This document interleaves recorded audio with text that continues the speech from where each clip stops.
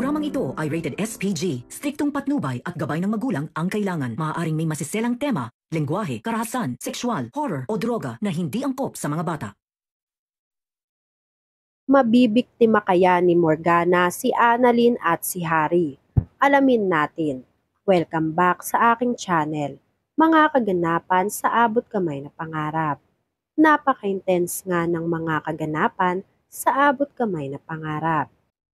Wala nang pakialam si Zoe sa mga plano ng mami niyang si Moira na mapasakamay nila ang buong Apex. Kaya nagdesisyon si Zoe na mag-resign na bilang neurosurgeon sa Apex. Nadismaya naman at nalungkot si Lynette sa desisyon ni Zoe. Lalo pa at hindi man lang pinigil ni RJ ang naging desisyon ni Zoe. Balak sanang ayusin ni Lynette ang relasyon ni Zoe at RJ. Ngunit nakapagdesisyon na pala si Zoe na iwan ang Apex dahil yun daw ang gustong mangyari ni RJ. Nang malaman ni Morgana ang ginawang pagre-resign ni Zoe, ay kinumpronta agad ni Morgana si Zoe sa naging desisyon niya. Tinanong agad ni Morgana si Zoe kung bakit nag-resign si Zoe sa Apex. Sinabi ni Zoe na tinakwil na siya ni RJ kaya hindi na kailangan pa ni Zoe na magtagal sa Apex dahil wala nang pakialam si RJ kay Zoe. Sinabi ni Morgana na hindi pwedeng mag-resign si Zoe sa Apex. Paano na daw ang Apex kapag umalis si Zoe? Hindi man lang daw ba naisip ni Zoe ang Apex? Sumagot si Zoe na wala na siyang pakialam sa buong Apex. Palagi na lang daw iniisip ni Morgana ang Apex.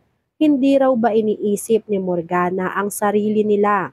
Nagsabi si Morgana na sa kanila lang ang Apex at walang maaaring makaagaw sa kanilang mag-ina ng buong Apex. Iyak ng iyak si Zoe. Suko na raw si Zoe sa lahat ng kasamaang ginagawa nila. Lalo pa at tinakwil na siya ng minahal niya ng matagal ng panahon na kinilala niya bilang totoong ama. Wala na daw magiging saysay ang lahat. Hindi papayag si Morgana. Gagawa ng paraan si Morgana para hindi makuha sa kanila ang Apex. Pero hindi natutulong si Zoe. Napagod na si Zoe sa lahat ng ginagawa nila. Gusto nang magbagong buhay ni Zoe. Ngunit lagi na lang siyang dinidiktahan ng mami niyang si Moira. Kaya minsan kahit napipilitan na lang si Zoe ay nakakagawa pa rin siya ng masama dahil inuudyukan siya ng mami niyang si Moira. Sa kabilang banda, dahil sa na-stress si Morgana sa ginawa ni Zoe, hindi raw pwede na pati plano niya ay mapurnada. Kaya itutuloy pa rin daw ni Morgana ang pagpatay kay Doc Carlos bago pa ito tuluyan na magising. Naisip ni Morgana na magpanggap na isang nurse dahil sa dami ng pulis na nakabantay kay Doc Carlos. Nagsuot si Morgana ng pang-nurse para hindi siya mahalata na may gagawin siyang masama kay Doc Carlos. Mabuti naman at nasaktuhan ni Morgana na umalis saglit ang pulis. Kaya nakapasok si Morgana sa loob ng kwarto ni Doc Carlos. Tuwang-tuwa si Morgana nang makapasok siya sa loob. Nang makita ni Morgana si Doc Carlos, nagwika si Morgana. "It's time for you to rest in peace, Carlos. Uunahan na kitang matulog habang buhay, bago mo pa ako ikanta sa mga kapulisan." Samantala, napag-usapan ni Annalyn at Harry na bisitahin si Doc Carlos sa loob ng kwarto niya, para matignan na rin kung ano na ang lagay ni Doc Carlos. Napansin ni Harry na walang bantay na pulis sa labas ng kwarto ni Doc Carlos. Akala ba daw ni Harry ay may inassign na pulis para bantayan ang daddy niya? Tapos ay wala naman pala. Sinabi ni Annalyn na baka may ginawa lang saglit kaya nawala sa pwesto niya ang pulis.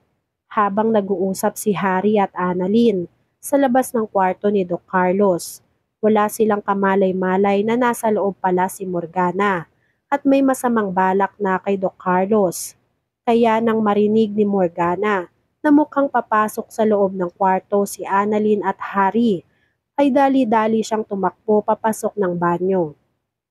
Naudlot ang pagturok ni Morgana ng gamot kay Doc Carlos.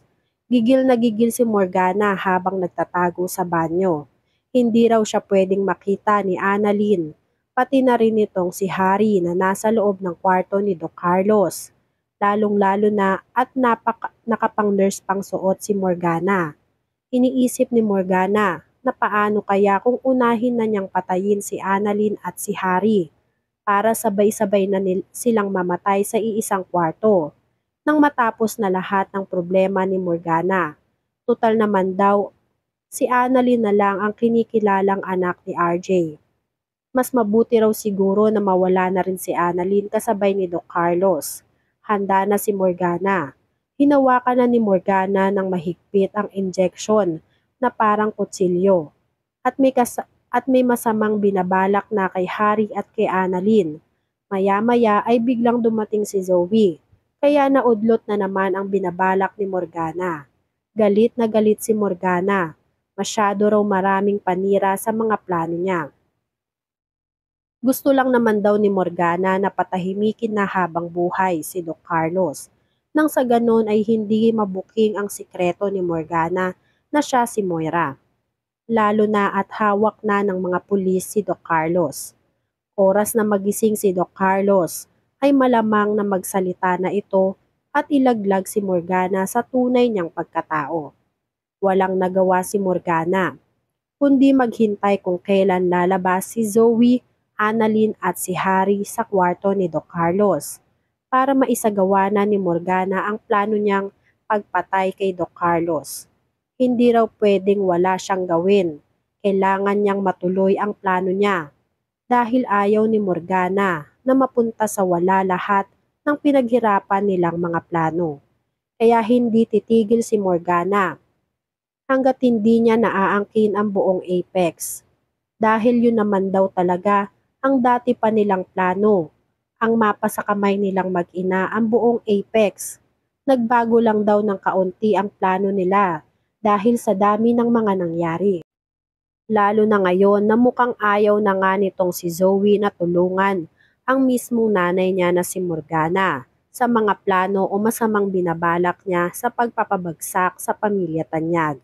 Hindi na nga pumapayag si Zoe na magpaalipin o magpaudyok sa nanay niyang si Moira dahil pagod na raw ang utak at isip nitong si Zoe.